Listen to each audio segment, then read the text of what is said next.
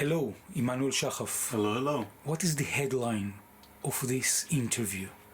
Chaos and breakdown continue in Israel. Any sign of optimism, of light, something that might rise up? I don't see anything right now. The only thing which gives me some hope is the fact that the Trump administration will cause some change.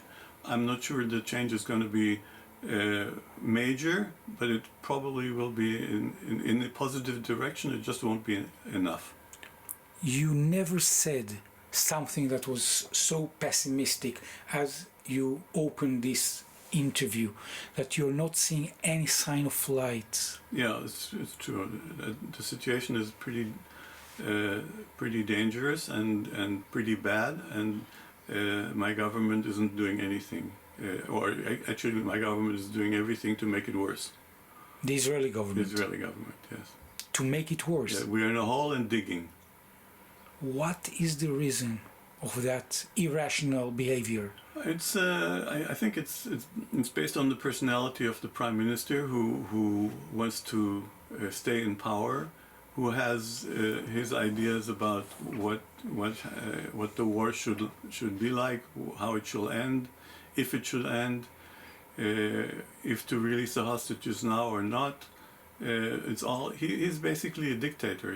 He's acting like a dictator. He's not letting others participate. What do you think about the Israeli leaders of the opposition? They are cancelled, so to speak. They are impotent. They're not doing anything other than standing by and cursing the government. And if you had the possibility today to have one strong, solid first decision as the head of the Israeli opposition, what would you say? Well, the only thing they can do as an opposition, and they should do that clearly, not to cooperate with the government in anything, meaning not to participate in parliamentary procedures, to delegitimize the government, okay, and in that way to force elections earlier to the extent that will be possible. You know that the last person that tried to do something was the Minister of Defense, Yoav Gallant, yes. That was fired.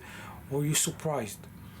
No, it wasn't a surprise. The timing maybe was a little surprised because in the middle of a war, but it was clear that he was going to go because he wasn't supportive of the government's legislative initiatives regarding the drafting of the Haredi population. What is happening with the Israeli leaders, the official leaders, keeping the law?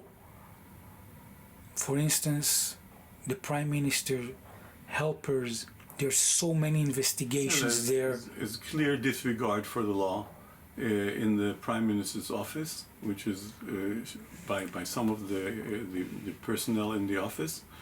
There's clear disregard for the law by some of the cabinet ministers, primarily the minister who is in charge of the police, Ben Gvir, who gives operational instructions to the police despite the fact that it's clearly against the law.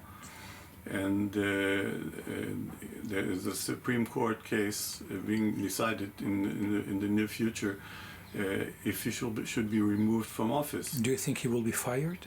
I don't think he'll be fired. It's just he's not. The Prime Minister won't bring down the government just to keep the law. But you know, if you're seeing the reference of Donald Trump in the United States, keeping the law could be a nice idea. Yeah, the situation is very similar in a way. I think we've given up, obeying the law. At least the government has given up obeying the law. What about the IDF in Gaza? The IDF as well is not obeying the law, clearly not obeying the law, clearly not obeying regulations, not obeying the international law. When you're saying clearly, what do you mean practically? I mean there are war crimes going on, and there's transfer going on. It's widely reported both by international organizations, by some other governments, and also by some Israeli soldiers. So we know what's going on. We don't know to what extent it's going on.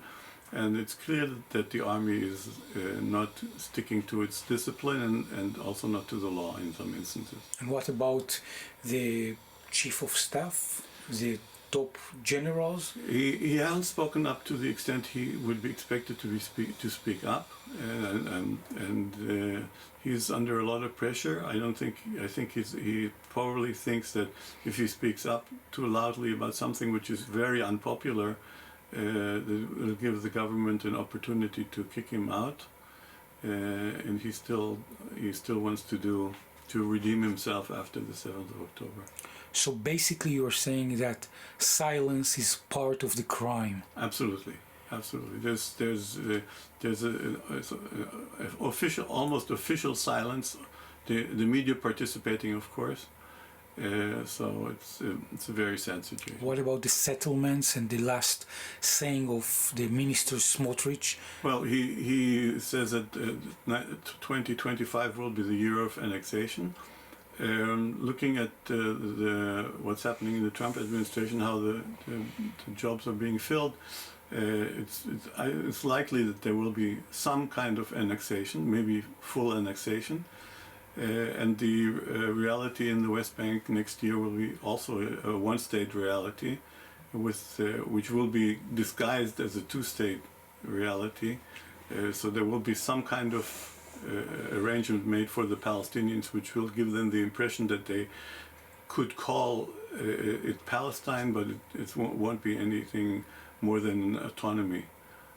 So we're going to be in that situation. Is it practically apartheid? It will be practically apartheid, yeah. To this or that extent, but it will be clearly different treatment of Palestinians. They will have Bantustans, like in South Africa, with autonomy, but basically they will be controlled by Israel. They won't be able to elect the next prime minister. They won't participate in elections, in Israeli elections. They will have their own elections in their designated areas, but those areas will be, for all intents and purposes, controlled by Israel.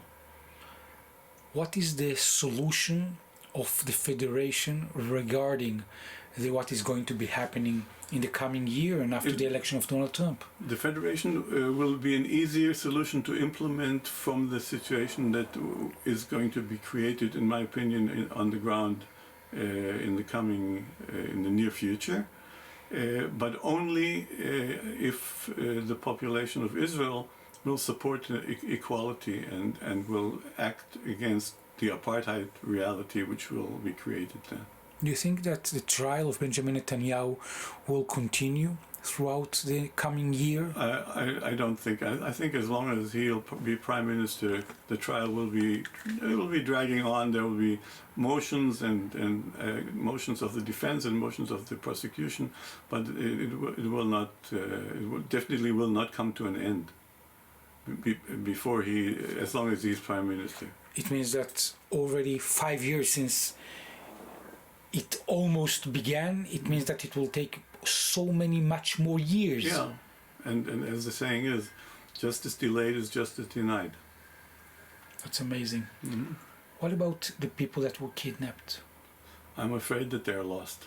I don't see the state of Israel make any effort as required to get them back. I think the situation, there were several instances where it was clearly possible. According to Gershon Baskin, who is really the hands-on guy here, it's clearly possible even now. I think what is required is not to the liking of the prime minister, and so it's not going to happen, and I think they're lost. All of them? It's terrible to speak about it like that, but if nothing happens in the very near future, they're all going to be lost. I don't know whether they'll survive, but maybe nobody will know where they are. What does it mean about the values of the Israeli Jewish state that abandoned so many people? There's a complete breakup of values. we make believe we still have them because we can be very active to help Jews abroad, like we recently did when Jewish Israeli soccer fans were In Amsterdam. were in Amsterdam. So there's a lot of activity around, but if you compare that to what we're doing for the hostages, who have been for more than 400 days in captivity, you can see that this is just make believe. Do you think that you're seeing any points of light, something optimistic to end up this interview? Well, like what I started to say, the fact that the Trump administration will enforce some kind of change, okay, something will change the status quo, gives hope that the change will be positive. How positive, how long it will be, and how long it will take till we go back into some kind of steady state, which will not be so positive, I don't know. But actually, the fact that there is likelihood of some change is a positive development. Now,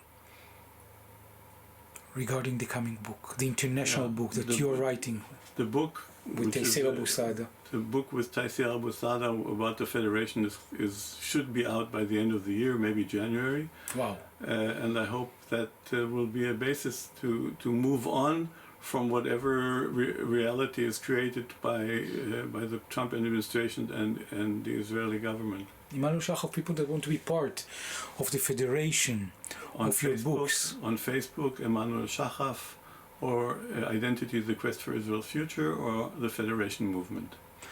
Emmanuel Shachaf, thank you very, very much. Thank you.